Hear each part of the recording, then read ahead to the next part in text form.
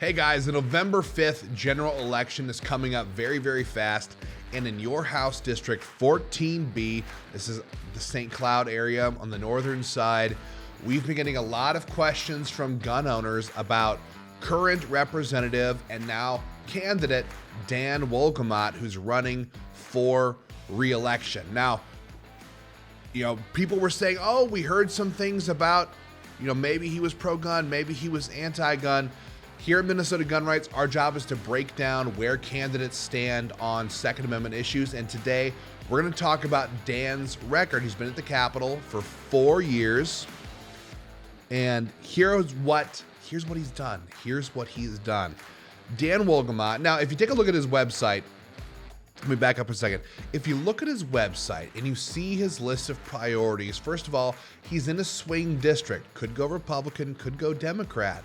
And so because of that, of course, his website has no blue on it. It's all green, right? He wants to look like he's not part of the Democrat Party. And if you look at his list of issues, key issues that are important to him, he doesn't mention guns or gun control anywhere. So this is the person who is afraid of the issue. He doesn't want voters in his district to know what he's already done.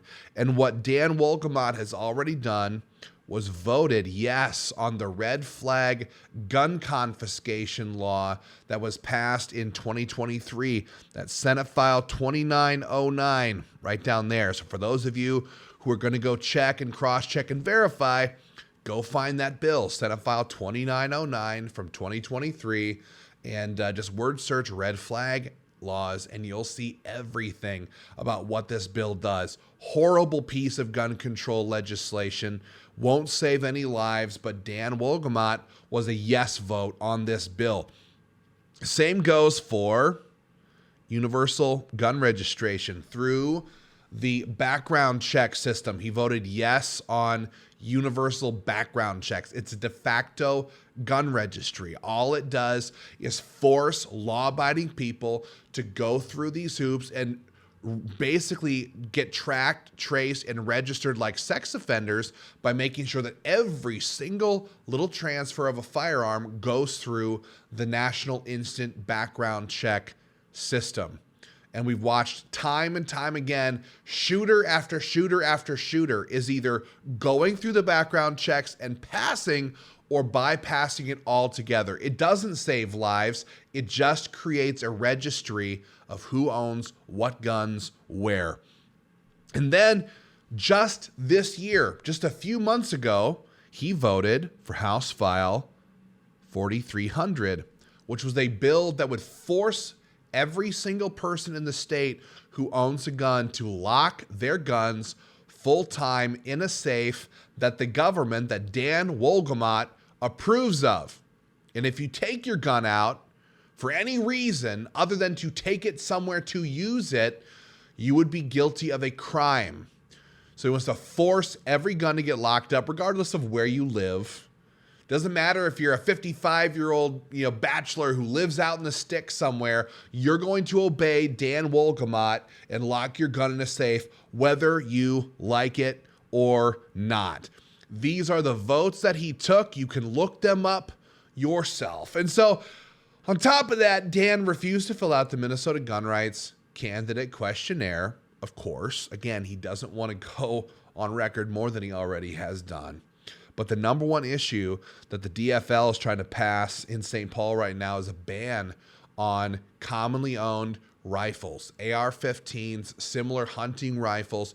200 different rifles, in fact, are what's on the chopping block if Dan Wolgamott goes back up there and votes yes on this legislation and they have enough votes to get it passed. Oh, let me back up. The forced gun lockups, the House File 4300, even though Dan Wolgamott voted yes on the bill, this one right here, even though he voted yes on this bill, Democrats over in the Senate said this law is unenforceable, unnecessary, and voters in my district have common sense, and we don't need to cram this bill through. His own party voted no, Or rather, they never even brought the bill up because they said it was a nonsense bill. Okay? But Dan Wolgamott was a yes vote on the bill. So thank God gun owners got the bill shut down that Dan Wolgamott wanted rammed through. So he supports the AR-15 ban. He'll absolutely be a yes vote on that if it comes up to the House. He supports a ban on standard capacity magazines, 30-round magazines, 20-round magazines, 10-round. They want to reduce us to 7-round mags, outlaw a bunch of pistols, and make everybody shoot revolvers again. And this is spreading like wildfire. He supports the ammo registration bill. This stuff is being pushed in states like neighboring Illinois. It's moving in states like New York. This is the huge thing right now.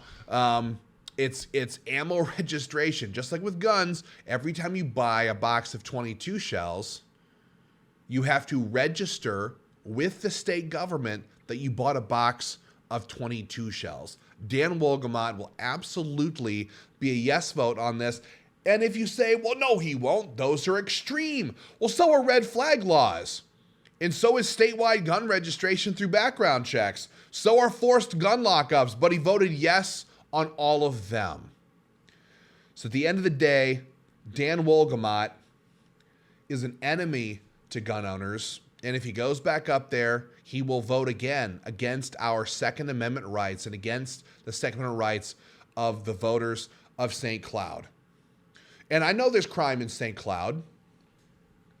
And gun owners, peaceful, law-abiding Minnesotans who live there should have the right to defend themselves with firearms, protect their wives, their husbands, their kids, their loved ones, their neighbors.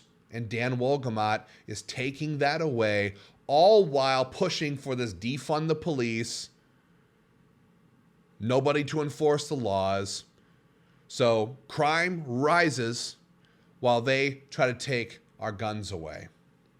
That's the truth about Dan Wolgamott's record in St. Paul, and that is why Dan has earned himself an F rating with Minnesota gun rights and from our members and supporters for betraying gun owners, stabbing gun owners in the back, and joining with the radical left Metro City Democrats in voting against our Second Amendment rights. Guys, when you go out on November 5th, vote pro-gun. If you're gonna do early voting, which a lot of people are doing, or voting on the day of, bring out your friends and your family. If you support the Second Amendment, freedom, the freedom of choice, the freedom to defend yourself, you need to turn up. You need to vote pro-gun.